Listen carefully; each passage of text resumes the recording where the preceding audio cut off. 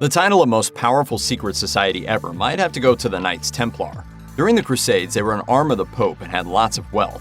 Living by a code called the Rule, they rose to prominence over the course of several centuries and became a true force to be reckoned with. The origins of the Knights Templar are incredibly humble and, frankly, not even all that mysterious. Basically, they came about because of the Crusades. The topic of the Crusades, on the other hand, is a long conversation. But the important part as relates to the Templars is that Jerusalem was taken from Muslim hands by Christian armies around the year 1099. On the surface, that seemed great for Christendom. Pilgrims from Europe could take the journey to go and visit the Holy City. But the reality wasn't quite as straightforward. The journey from mainland Europe to Jerusalem was a dangerous undertaking, and it wasn't uncommon for pilgrims to be robbed or even killed as they passed through Muslim-controlled areas. It was a problem that the French nobleman Hugh de Payon wanted to solve. Somewhere around 1118 or 1119, he created a group sworn to protect the Christian pilgrims. He coined his new brotherhood the Poor Fellow Soldiers of Christ in the Temple of Solomon, later known as the Knights Templar or just Templars. Thus, one of history's most intriguing and powerful orders was born. Part of what allowed the Templars to become as powerful and successful as they were might have been their code of conduct. In some way, they were like a monastic order. They took their vows upon entry and then abided by a set of guidelines called the Rule with a capital R. It all started with their clothing, a white cloak adorned with a red cross. White was a symbol of their purity and chastity, the exact opposite of the flashy armor usually associated with knights. Even something as simple as a belt was replaced with a wool cord. It was all function without the fashion. None of what they wore bore any flourishes, since decorations of that nature signified arrogance. But that wasn't it for the Rule. They were beholden to the word of their Grand Master. Permission was required from their superiors to adjust their stirrups, go into town, or even bathe. Chastity was hugely important, and the topic of women was completely taboo. They couldn't talk about times they'd spent with women or even kiss female members of their families. Mealtimes were regulated as well. Meals were taken together, 2 brothers to a bowl, and meats only every other day, which was done to avoid corruption. Church services were mandatory, of course. Over time, the Templars started to garner a reputation as one of the most feared fighting units of the Crusades. They were seen as absolutely fearless. With a code that didn't permit them to retreat from battle, combined with an insane discipline, they were a force to be reckoned with. They were expertly trained with multiple weapons and exceedingly well equipped, and that was when their cavalry wasn't decimating the enemy ranks. Dan Jones's The Templars, The Rise and Spectacular Fall of God's Holy Warriors, paints them as a linchpin in the Second Crusade, leading entire armies to battle and fighting on the front lines to conquer Damascus, one of the most prominent cities in the region. Plus, they didn't just fight, but also helped fund other military campaigns and battles. People living at the time even went so far as to see them as something close to legendary. More importantly, though, rulers of different countries also started to see them as a legitimate military threat, one with too much experience and leeway. It was enough that European royalty eventually thought it best that the threat posed by the Templars should be removed completely. What sets the Templars apart from other secret societies is their relationship to the law. Powerful and secretive organizations like the Freemasons would still have to follow the law of whatever country they were in at the time, and Templars didn't have to deal with that. The order had papal backing, and with it came a papal bull in 1139 called Omne Datum Optimum. The language is flowery, but it heaps praise on the Templars while intimately tying them to the power of the Pope, and with that power came privilege. Whoever dies here today, you will certainly be among them. You're a lord. I must give you the road. They alone were entitled to any of the spoils of war that they earned while fighting against the Muslim armies. None of that had to go back to any other country, and the Templars could use those riches as they saw fit. They were completely exempt from paying any sort of taxes, and their papal protection essentially meant that they answered to almost no one. They weren't held to the rule of any kind of local authority and only had to listen to the word of the Pope. They were almost above the law. Even though the Knights Templar started as exactly what their name implies, holy warriors, one of their biggest impacts wasn't made on the battlefield. The Templars' financial system functioned a lot like a private bank. Carrying a lot of money on the journey to Jerusalem was dangerous to pilgrims for all the obvious reasons. Instead, they could deposit money in a Templar bank in Europe, receive a letter of credit, and then show that letter in Jerusalem, where they could withdraw the money. But the Templars also offered other financial services as well, beyond a simple banking system, although a lot of those services were exclusive to their higher-profile clients. King Henry III planned to buy the island of Oleron, and the Templars acted as brokers to put that deal together. There was also a point in time where they acted as pawnbrokers by holding on to the crown jewels of Great Britain as security on a loan. They were also trusted with the financials of other groups.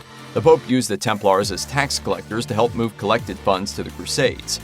They were also used by English and French kings to shift money, and even put on financial boards to oversee complicated economic matters. All this because they were well known for their honesty and efficiency. The guidelines set out by the Knights Templar technically mandated that its members embrace poverty, but the reality didn't look like that. The Templars as a group were insanely rich. He's borrowed money from the temple. So you tell him we're here to collect the debt. Part of that came from their battles on the front lines.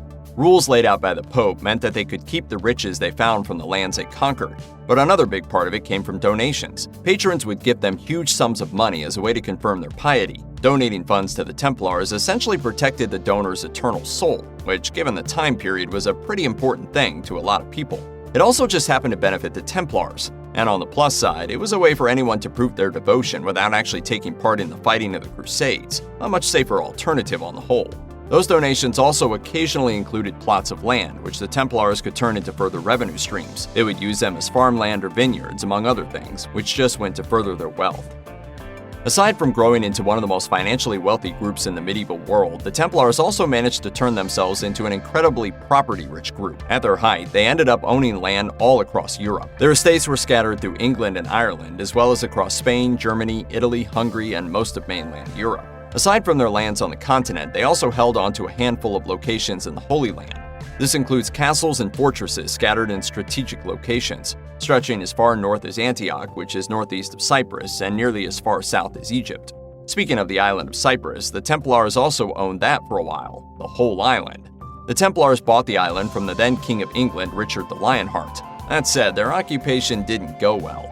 The inhabitants of Cyprus resented the severe Templar rule and planned a massacre in 1192. The Templars learned about the plot and slaughtered people in the street rather than be besieged in their stronghold.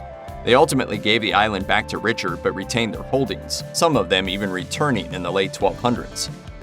The power of the Templars is also exemplified by the people they associated with, because while most of the individual Templars aren't named in history books, they counted kings and popes among their allies. That was the case from the beginning. Baldwin II, the king of Jerusalem at the time, took an immediate liking to the order, giving them the use of his palace on Temple Mount in 1120. This amazing location is better known as the Temple of Solomon, and the place where the Templars first got their name. About a decade later, they were officially recognized by the Catholic Church and Pope Honorius II. They also had the backing of Bernard of Clairvaux, a prominent French abbot who wrote texts in their favor. Their connections only grew from there. They had close ties to English royalty and Richard the Lionheart in particular, who called on them to be his tithe collectors. They were especially close with French kings as well, going out of their way to help them. Louis IX was short on funds, so the Templars saw to it that they played a role in getting his armies to Egypt. Then, when he was captured, the Templars again intervened, this time to pay his ransom.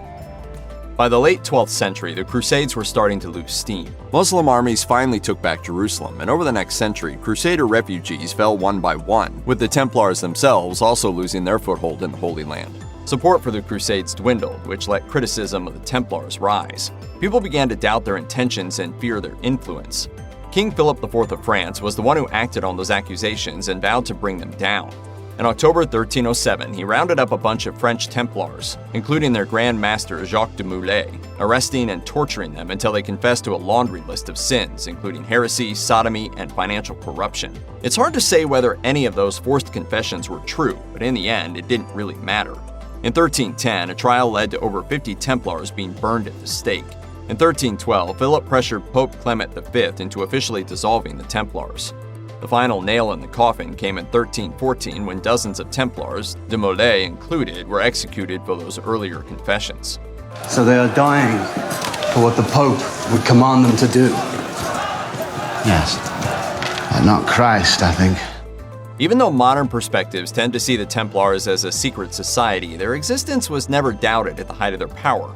After all, it's hard to think that a well-oiled military machine that could help facilitate wars would be able to go completely undetected and under the radar. But they still fit the profile of a secret society, despite the renown they won in their time. For the most part, what they really sought was privacy, but they weren't trying to remain hidden. Among their most private ceremonies were their initiation rituals, and these came under a lot of fire. Friends and family weren't invited to them, and that made others believe the practices were suspect. For a while, people believed that the rituals included spitting on the cross and denying Christ. but many of these claims came from confessions made under torture. The rituals were nothing near that. They were mostly a series of questions and vows. Still, questions abound. For instance, in 2017, the Khaitan Caves were discovered, showing the world a labyrinth of carved caverns. Though extremely unlikely, some believe that the caves were used by the Templars. But to what end? Some sort of secret religious ritual, probably, but the details are sparse.